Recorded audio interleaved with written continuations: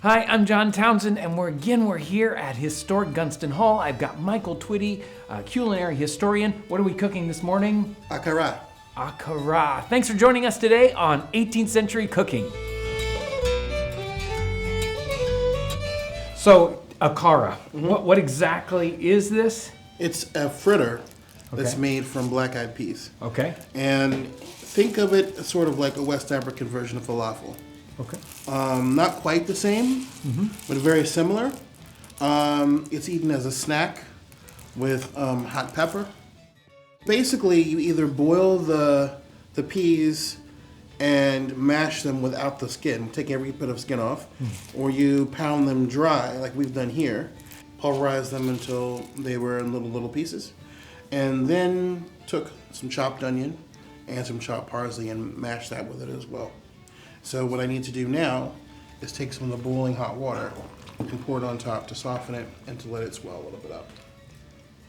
And when this batter, sort of batter that we have going on, settles, we'll be able to take it out by the spoonful and fry it in oil. And that will make the akara. So it'll be a nice thick, it'll be a nice thick batter that we can work with and easily pop in the pan. Right. So we let this set for a while. We poured boiling water on it. A little bit of flour to help bring it together, but ultimately this is mostly black-eyed peas and onions put together. So our job right now is kind of like turn it into a little bit of a fritter. Okay. So what we're going to do is going to put it in some hot fat, fry it up in little drop batches, and then we'll see what it tastes like. It's ready to go. Being a cook, being an enslaved cook, was a tremendously important job, not just because it represented a great deal of skill and ability for the white household, but because it represented a person who was someone who transmitted knowledge between the field quarter and the big house. Important knowledge that could lead to freedom, that could lead to access to knowledge, education. All of these fruits have come out of our struggle to fully become ourselves. And I want our young people of all backgrounds to be proud of what African Americans have achieved and what all African people have achieved. They've got a very interesting look to them, and they smell great. I guess I'm going to find out what they taste like. Yep, try one. Here we go.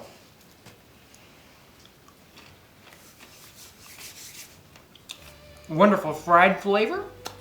Got a real interesting flavor that I'm not used to.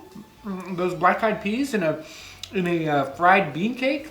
Not something that I'd normally eat, but they taste really good. You know, if you're putting this in a meal with multiple dishes. It's more like a snack. Oh, really?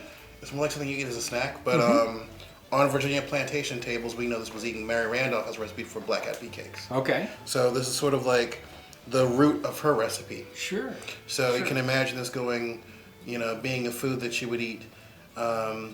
Probably at the time when you were dry, black-eyed peas were still in dry form, not fresh. Right. So those are not so much summer and early fall, but like winter and spring. Wonderful. Thank you. And very interesting, way of making it, and interesting kind of take on what's going on with peas and how you cook them and how you're going to use them in your cooking. So wonderful. Thank you so much for bringing this recipe to us, and again, a very interesting experiment in what food was like in the 18th and 19th century, those mixes of cultures. Really interesting. So thank you, Michael, for bringing this with us to us, and thank you all out there for sharing with us, coming along with us as we experiment, as we savor the flavors of the 18th century.